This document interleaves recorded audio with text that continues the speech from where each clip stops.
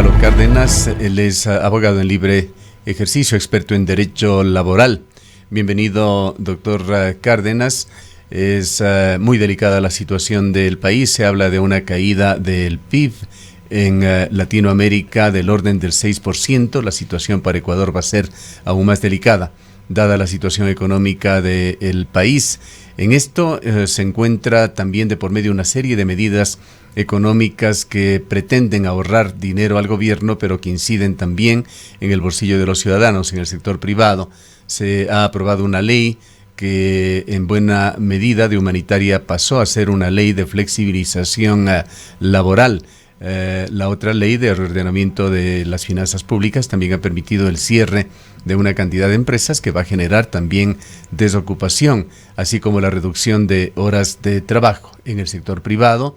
Los despidos están a la orden del día. Quisiéramos analizar con usted el panorama que estamos viviendo, iniciando por el sector privado.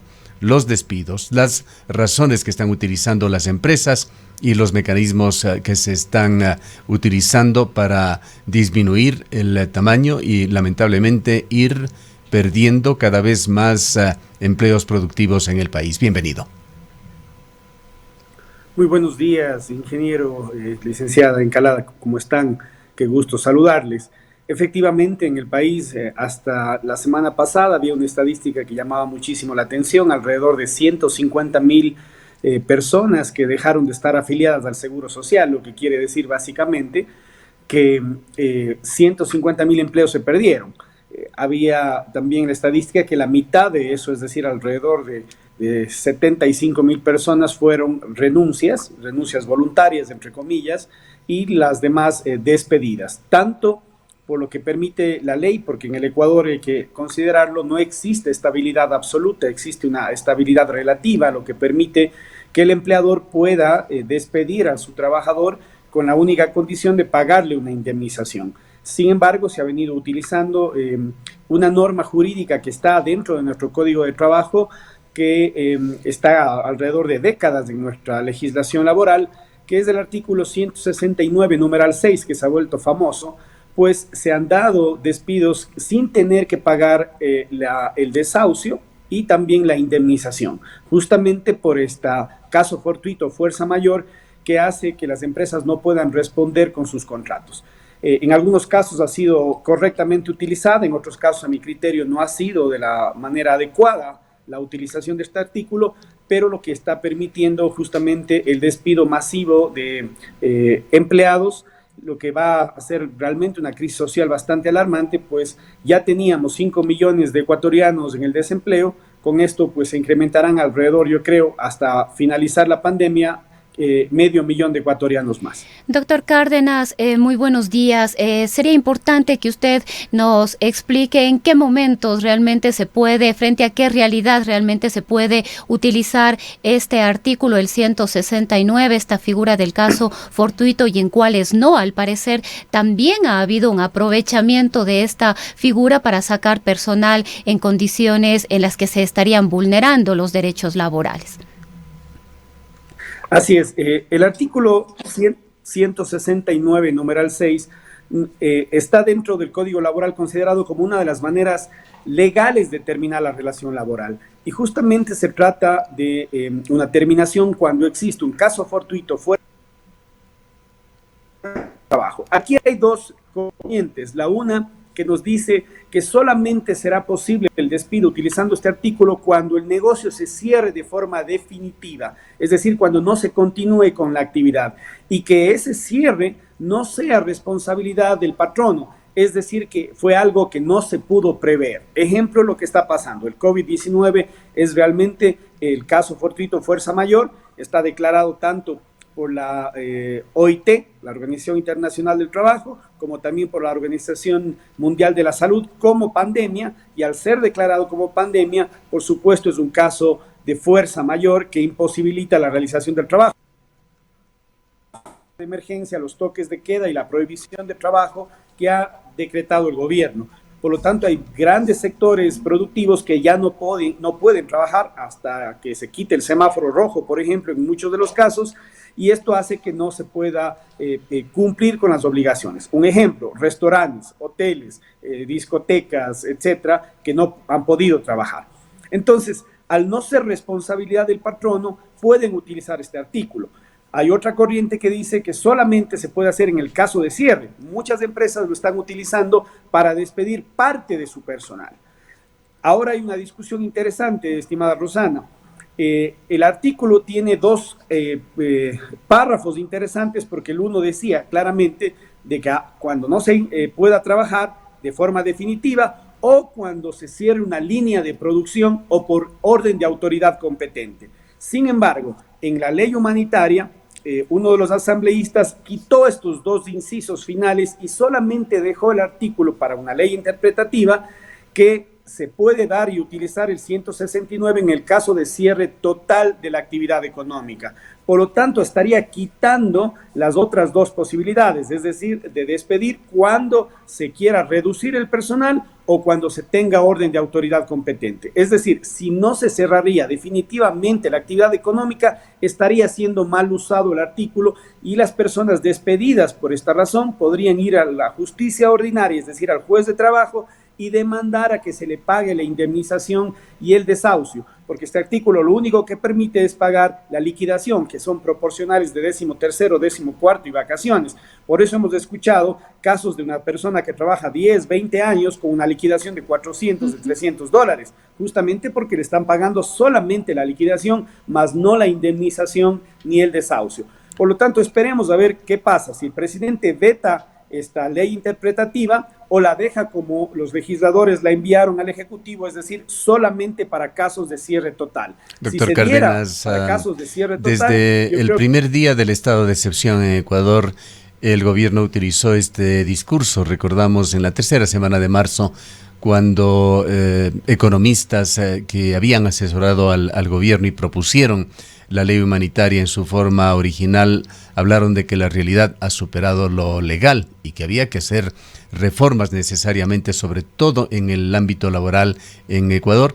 El gobierno ha venido manejando esta tesis, haciendo una excitativa a negociar nuevas condiciones ante la alternativa de deteriorar más el tema de desocupación en el país con la pérdida de plazas de trabajo. ¿Se ha logrado este objetivo a través de la forma en la que ha quedado hasta el momento la ley humanitaria, que, como usted lo ha señalado ya, aún podría ser modificada por el presidente de la República? Yo creo que sí, ingeniero. Es importante señalar que la ley humanitaria trae 3 artículos importantes.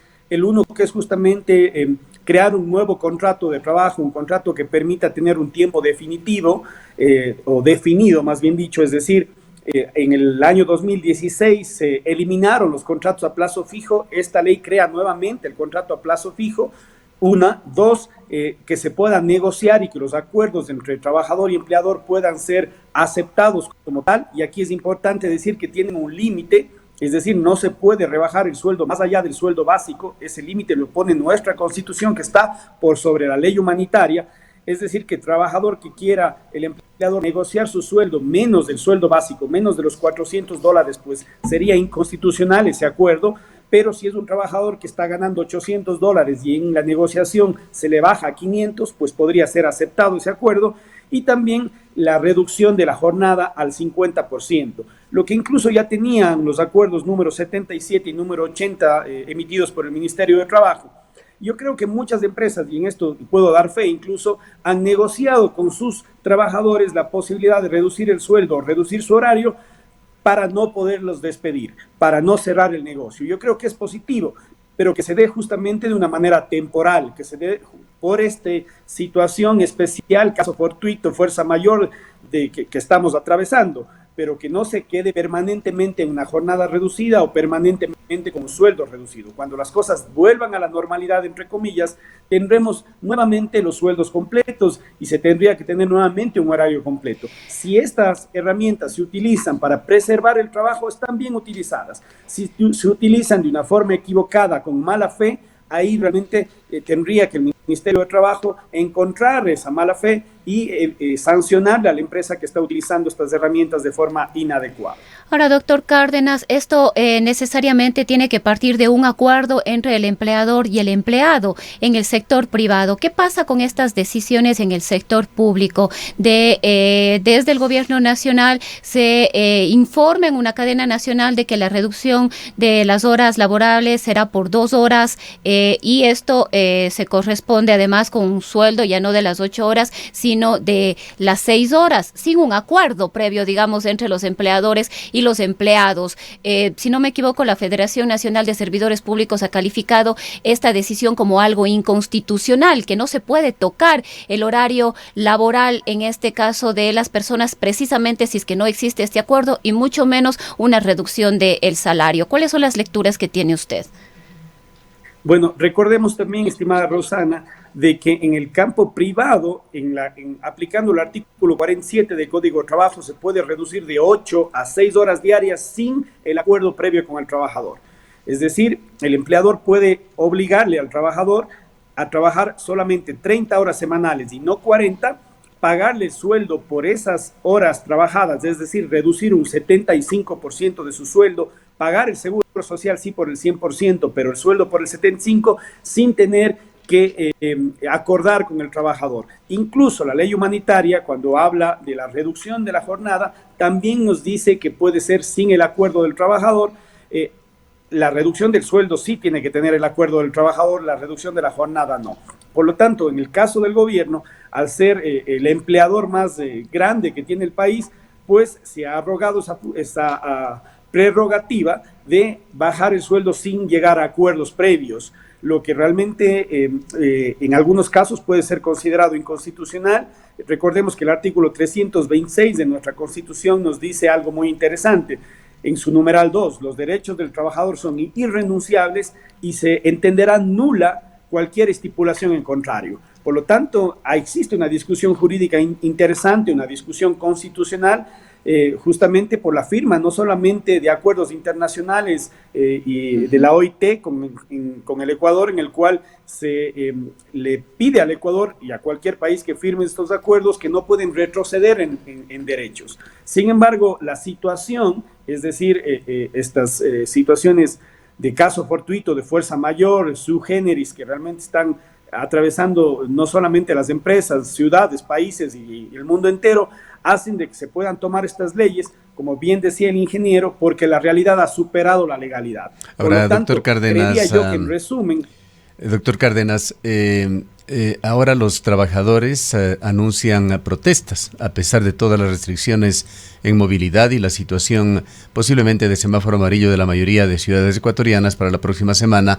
Los trabajadores señalan que saldrán a las calles, incluso hablan de nuevas paralizaciones parecidas a las de octubre.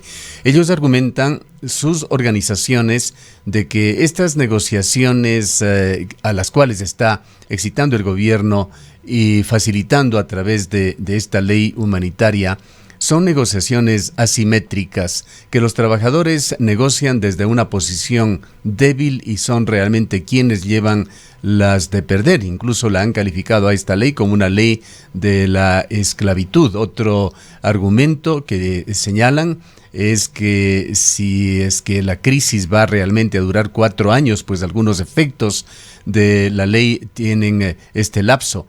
Podrían, por ejemplo, afectar la estabilidad de los trabajadores, incluso en estos plazos o términos. ¿Cuál es su punto de vista en cuanto a una auténtica negociación que efectivamente pueda darse en el marco legal que se está proponiendo?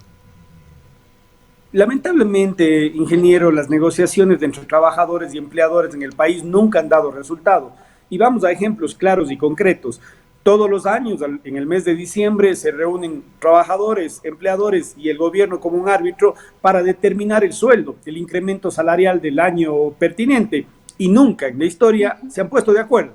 Nunca. Por lo tanto, si no podemos ponernos de acuerdo en un sueldo, en un incremento de sueldo, que por ley tiene que darse todos los años, creo que va a ser muy ocioso el pensar, y muy optimista el pensar que ahora nos vamos a poner de acuerdo.